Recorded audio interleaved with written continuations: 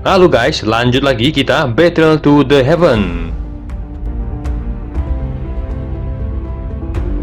Tapi saat dia menyentuh peta kuno, gambar teratai iblis di atasnya tiba-tiba bergerak yang tampak seolah hidup sebelum berubah menjadi cahaya yang melesat masuk ke dahi Xiaoyan. Perubahan mendadak ini menyebabkan ekspresi Yolao dan lainnya berubah drastis. Perubahan yang tidak terduga ini terjadi terlalu tiba-tiba. Meskipun Yolao dekat dengan Xiaoyan, dia tidak dapat bereaksi tepat waktu, karena itu dia baru menyadari setelah cahaya melesat masuk ke dahi Xiaoyan dan ekspresinya berubah drastis. Cailin dan Xiaoyi bereaksi dengan wajah memucat karena keterkejutan mereka. Peta kuno ini terlalu misterius, tidak ada yang tahu apakah hal itu baik atau buruk. Xiaoyan juga terkejut ketika cahaya yang tidak biasa melesat masuk. Dia segera menutup matanya saat dia mengendalikan kekuatan spiritualnya dan memindai tubuhnya dan dengan cepat menemukan bahwa ada sekumpulan cahaya seukuran kepalan tangan yang melayang di dahinya.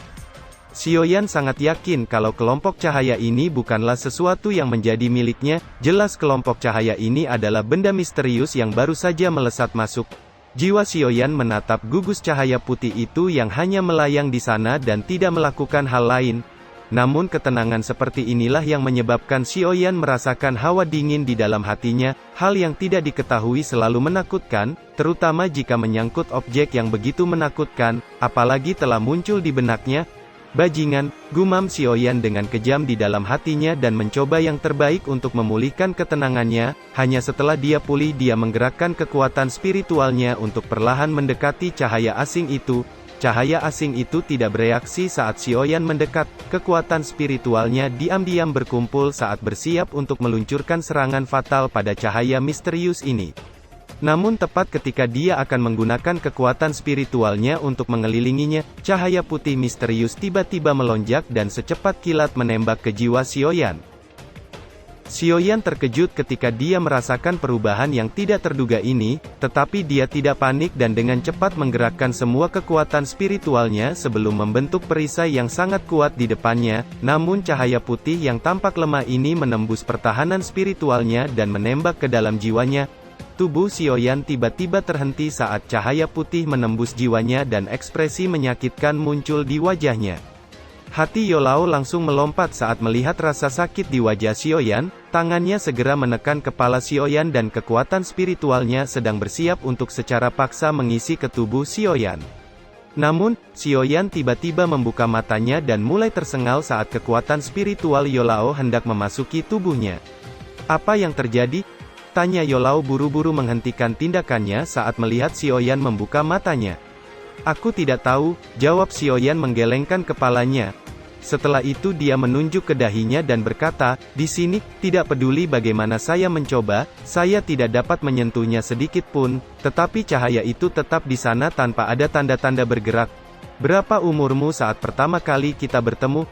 Tanya Yolao menatap Xiaoyan sebelum tiba-tiba bertanya.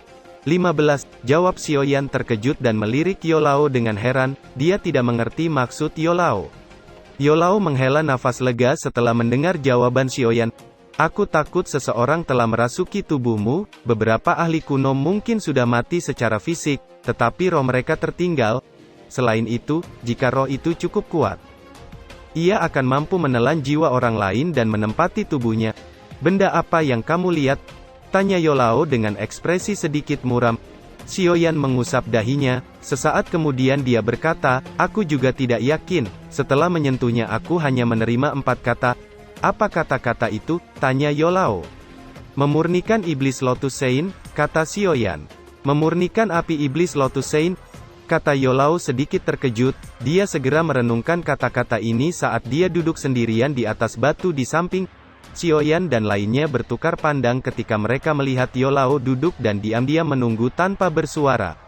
Penantian ini berlanjut sesaat sebelum Yolao akhirnya menggelengkan kepalanya, matanya menatap tajam ke arah Xiaoyan saat dia berkata, jika aku menebak dengan benar, cahaya api lotus iblis itu adalah seorang ahli top 10.000 tahun yang lalu, dia sepertinya adalah pemilik dari api lotus iblis ini. Pemilik api lotus iblis, gumam Xiaoyan dan lainnya terkejut. Sein ini adalah orang yang sangat terkenal 10.000 tahun yang lalu. Aku telah membaca sedikit tentang dia di beberapa buku kuno. Dikabarkan bahwa orang ini dikenal sebagai ahli yang paling dekat dengan Doudi saat itu, kata Yolao. Seorang ahli yang paling dekat dengan Doudi, gumam Xiaoyan tertegun. Dari catatan yang kupelajari, Sein ini mungkin sedikit sesat, tetapi dia dapat dianggap cukup jujur. Kemungkinan besar dia tidak akan menggunakan beberapa metode yang licik. Cahaya putih misterius di dalam dahimu itu kemungkinan besar tidak akan menimbulkan banyak ancaman bagimu. Ini mungkin adalah keberuntunganmu, kata Yolao tersenyum. Xiaoyan hanya bisa menggelengkan kepalanya tanpa daya dan mempercayai situasinya persis seperti yang dijelaskan Yolao. Mari kita tunggu dan lihat. Sekarang kamu harus memikirkan bagaimana kamu dapat meningkatkan kekuatanmu ke level Douseng dalam 3 tahun ini, kata Yolao tersenyum sambil menepuk bahu Xiaoyan. Aku tidak perlu mengatakan apa-apa lagi tentang kekuatan api Lotus Iblis. Sejujurnya jika saat ini aku bertemu dengan api Lotus Iblis, hanya akan ada satu takdir yang menungguku, aku akan berubah menjadi budak apinya, kata Xiaoyan dengan getir. Di masa lalu, aku khawatir tentang bagaimana kamu akan menangani api Lotus Iblis jika kamu menemukannya saat ini. Untungnya ada sedikit lebih banyak waktu dari yang aku harapkan. Kamu saat ini berada di puncak bintang 8 Douzun, masih ada jarak yang sangat jauh dengan Douseng, sangat sulit untuk mencapai level Douseng dalam 3 tahun. Jika kamu tidak mencapai Douseng, aku tidak akan mengizinkanmu pergi bahkan jika api Lotus Iblis benar-benar muncul karena kamu hanya akan mencoba bunuh diri, kata Yolao dengan suara yang dalam. Xiaoyan tersenyum pahit, dia tidak menyangka bahkan Yolao menjadi setakut ini pada api Lotus Iblis. Kalau begitu, satu-satunya cara adalah Xiaoyan harus mencapai kelas Douseng dalam 3 tahun? Tanya Cailin. Benar, jawab Yolao sedikit mengangguk, matanya tertuju pada Xiaoyan saat dia melanjutkan, meski peluang sangat sulit, kamu tampaknya cukup beruntung, kata Yolao. Xiaoyan terkejut saat mendengar itu, namun dia tiba-tiba pulih saat berkata, maksud guru? Apakah guru berkata tentang pohon kuno Bodhisattva? Benar, jawab Yolao mengangguk. Kecuali jika kamu tidak memiliki benih Bodhisattva di tanganmu, pada dasarnya tidak mungkin bagimu untuk mencapai kelas Douseng dalam waktu 3 tahun, kata Yolao. Benih Bodhisattva, gumam Xiaoyan tersenyum getir. Itu tidak mudah, lokasi dari pohon kuno Bodhisattva berada di dalam wilayah tanah kuno, itu adalah tempat terlarang bagi manusia, apalagi wilayah kuno itu sangat besar, bagaimana bisa begitu mudah menemukan pohon kuno Bodhisattva? Kata Xiaoyan. Jika itu mudah, apakah kamu punya kesempatan untuk maju? Kamu memiliki benih Bodhisattva di tanganmu, itu seharusnya memungkinkanmu untuk merasakan pohon Bodhisattva kuno. Ini adalah keuntunganmu, dan ini adalah satu-satunya jalan jika kamu benar-benar ingin menaklukkan api teratai iblis. Selain itu, apa kamu tidak ingin pergi dan menyelamatkan ayahmu? Kata Yolao dengan suara yang dalam. Kata-kata itu seketika membuat Xiaoyan tersontak dan hanya bisa menganggukkan kepalanya, kilatan dingin melintas di matanya. Ayo pergi, kita akan kembali ke paviliun bintang jatuh dan merencanakan dengan baik, kata Yolao. Kelompok Xiaoyan tidak terus tinggal setelah mengambil keputusan, mereka segera bergegas kembali ke paviliun bintang jatuh dan beristirahat selama 2 hari. Informasi yang berkaitan dengan pohon purba Bodhisattva mulai menyebar ke seluruh dataran tengah selama 2 hari ini dan menjadi ramai, bahkan iblis tua yang hidup dalam pengasingan telah muncul karena berita yang mengguncang ini. Sementara berbagai faksi di seluruh dataran tengah mengalami keributan besar, Xiaoyan yang telah beristirahat selama 2 hari melakukan retreat di ruangan terpencil. Cara tercepat untuk meningkatkan kekuatannya adalah dengan berlatih keterampilan Dou kelas tinggi, karena itu Xiaoyan berlatih badan kaca King Kong yang baru saja dia dapatkan saat membunuh Renzi. Ten Kick ini adalah keterampilan Dou kelas langit dan pasti memiliki kekuatan yang luar biasa. Jika dia berhasil mempelajarinya, dia akan lebih percaya diri selama perjalanan ke wilayah tanah kuno. Xiaoyan duduk di atas ranjang batu dan mengepalkan tangannya dan gulungan emas tua muncul di tangannya. Dia membuka gulungan itu dan melihat beberapa kata kuno di sampingnya. Badan kaca King Kong, gumam Xiaoyan dengan pelan sebelum meletakkan gulungan itu di dahinya. Saat gulungan itu menyentuh dahinya, sebuah cahaya keemasan melonjak keluar dari gulungan dan memasuki pikirannya.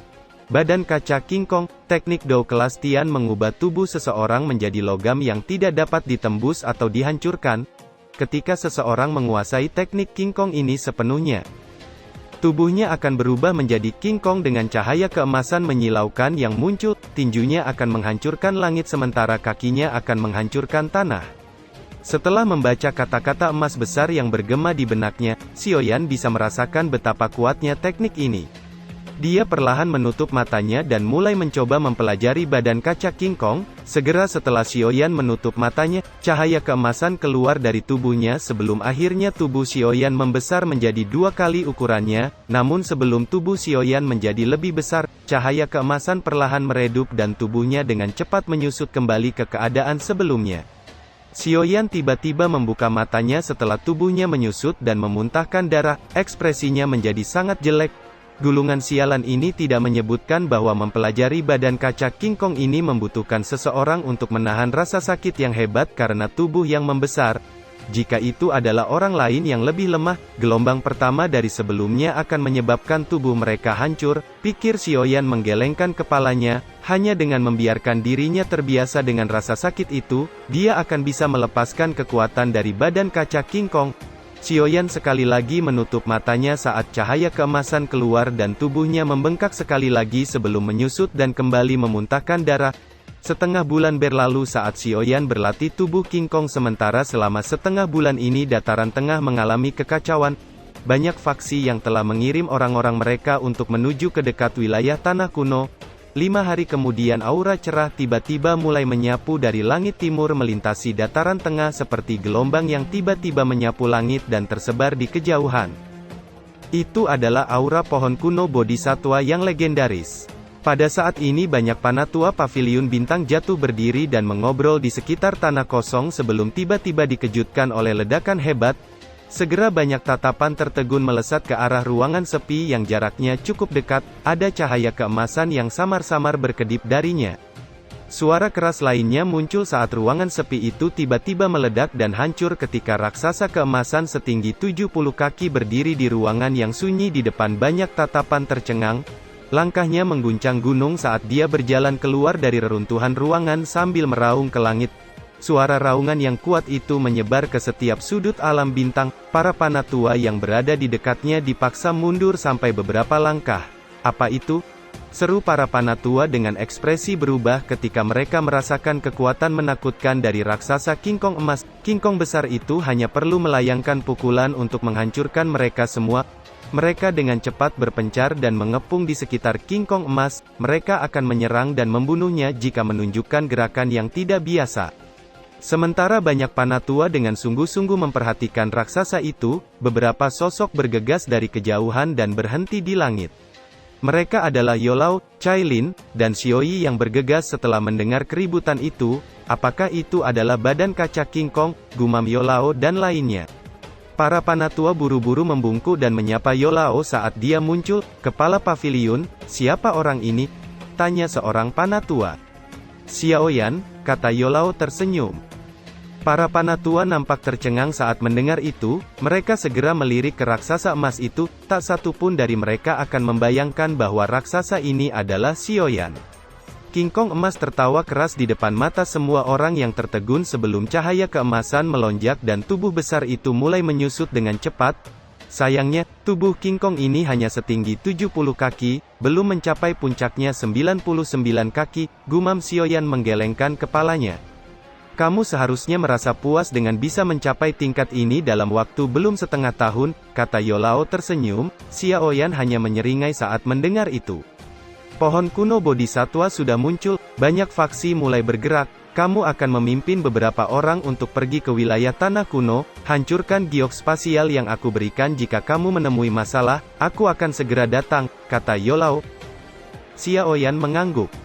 Aku harus tetap berada di paviliun bintang jatuh. Karena itu, kamu harus mengandalkan diri sendiri selama perjalanan ini, lakukan yang terbaik, kata Youlau sambil menepuk bahu Xiaoyan. Kapan kami harus pergi? Kata Xiaoyan. Secepatnya, kamu telah berlatih selama setengah bulan, banyak faksi telah memasuki wilayah tanah kuno, kata Youlau. Kalau begitu kami akan bergerak sekarang, kata Xiaoyan mengangguk. Xiaoyan terbang ke timur laut dan membawa 4 orang bersamanya. Mereka adalah Cailin, Xiaoyi, Qinglin dan seorang panatua yang kekuatannya telah mencapai puncak kelas Douzun, sementara Tian Huo Zunze saat ini sedang melakukan retreat. Selama perjalanan ke gurun kuno, kelompok Xiaoyan menemukan banyak ahli dari segala arah yang menuju ke arah yang sama. Dengan munculnya pohon kuno Bodhisattva, kota terpencil dekat gurun kuno telah berubah menjadi ramai. Xiaoyan menyempatkan diri bertanya di kota kecil. "Bagaimana?" tanya Cailin saat dia melihat Xiaoyan kembali. "Kelompok yang memasuki wilayah gurun kuno semuanya sudah mati, bahkan ada beberapa Douzun di antara mereka," kata Xiaoyan. Ekspresi kelompok Cailin berubah setelah mendengar itu. "Semuanya mati? Apakah wilayah gurun kuno ini sebenarnya sebahaya itu?" gumam Cailin. "Apa yang harus kita lakukan?" tanya Xiaoyi mengerutkan keningnya. "Beberapa ahli akan masuk besok, kita akan mengikuti di belakang mereka dan mengamati situasinya," kata Xiaoyan. Keesokan harinya sekelompok orang yang padat berkumpul di luar. Kelompok Xiaoyan berdiri di belakang. Mereka melihat lebih dari 1.000 orang yang berkumpul di depan dan tanpa sadar menggelengkan kepala mereka. Ini adalah pertama kalinya mereka melihat para ahli berkumpul dalam jumlah besar. Tidak jauh di depan mereka ada hutan yang dipenuhi dengan aura kuno dengan banyak lautan pohon setinggi 1.000 kaki dipenuhi dengan kegelapan yang menakutkan. Kadang-kadang beberapa raungan binatang buas dipancarkan dari dalam, menyebabkan seseorang merasakan hawa dingin di dalam hatinya. Sesaat kemudian keributan mulai perlahan menyebar di kerumunan besar. Tampaknya orang-orang ini berencana untuk mulai menyerbu masuk. "Kita akan masuk setelah mereka," kata Xiaoyan saat melihat ribuan orang menyerbu masuk menyebabkan daratan bergetar dan bergemuruh. Cailin dan lainnya mengangguk. Setelah mereka menunggu sekitar setengah jam, Xiaoyan akhirnya berdiri dan melambaikan tangannya. "Ayo bergerak, semuanya hati-hati," kata Xiaoyan.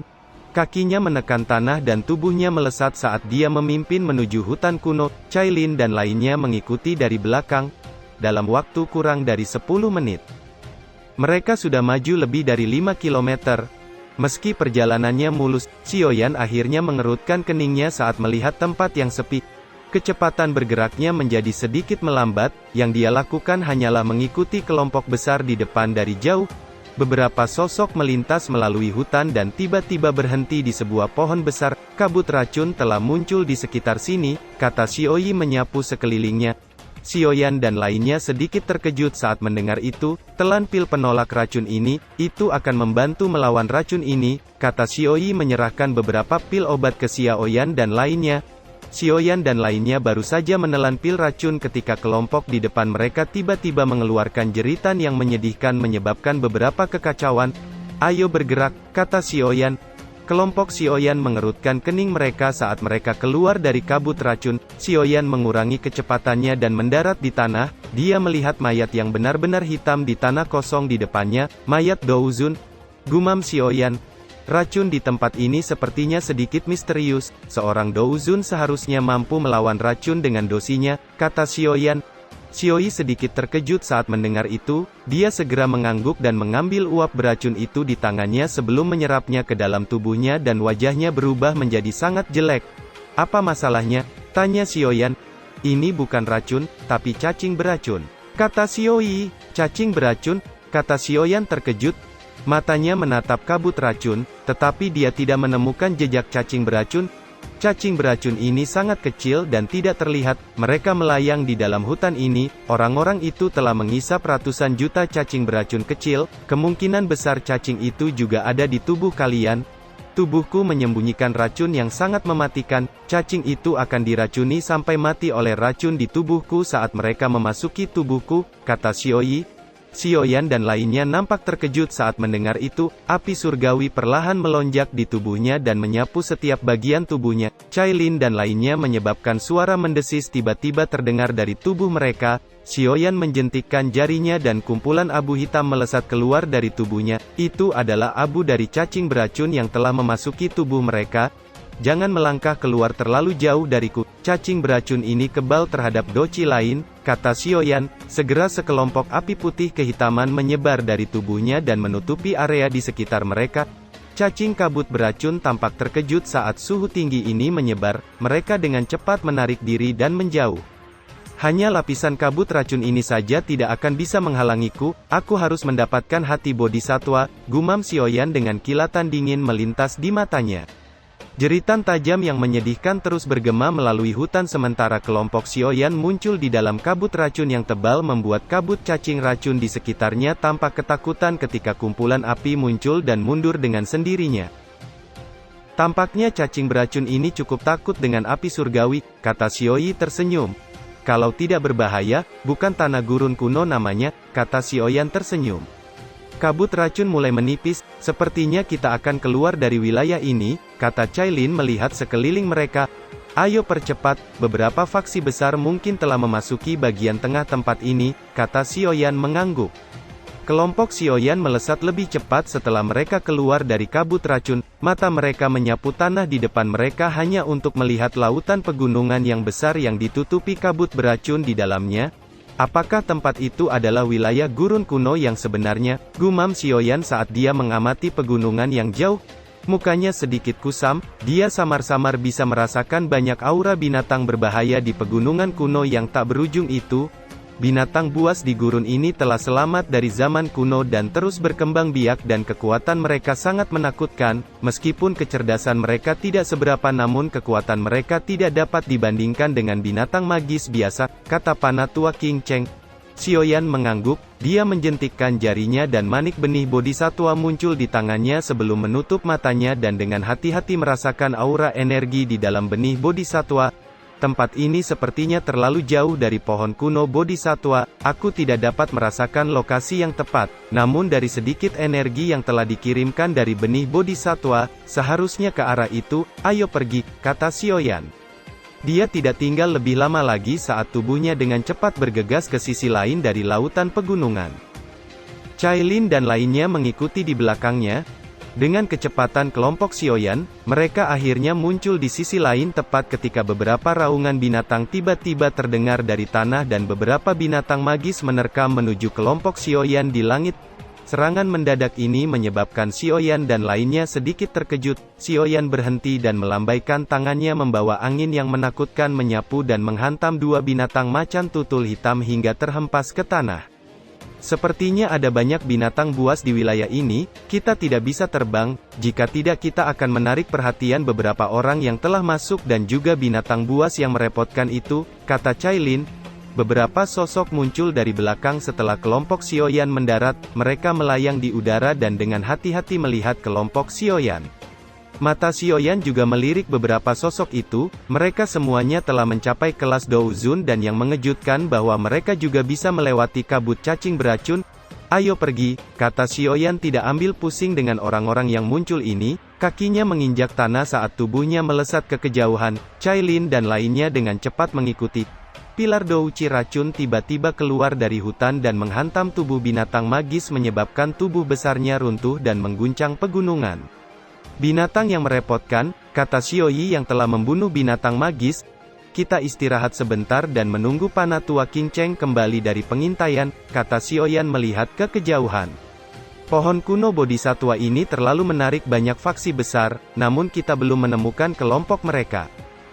Sepertinya mereka sudah jauh, kata Xiaoyi.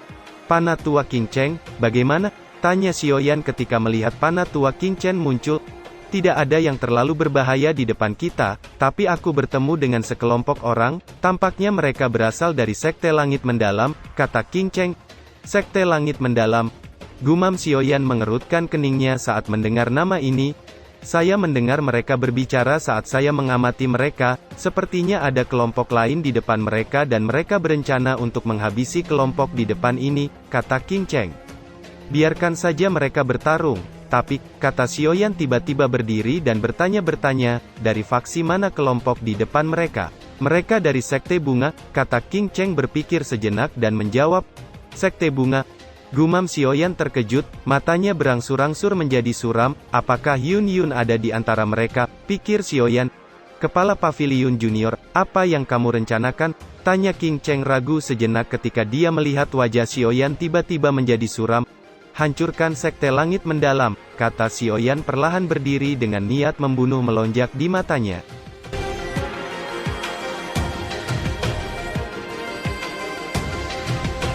cerita pun selesai. Nantikan spoiler selanjutnya guys. Buat yang belum subrek, dibantu subrek yo guys, biar jalan terus spoilernya. Buat yang udah subrek, mudahan dilancarkan rezekinya. See you and ciao.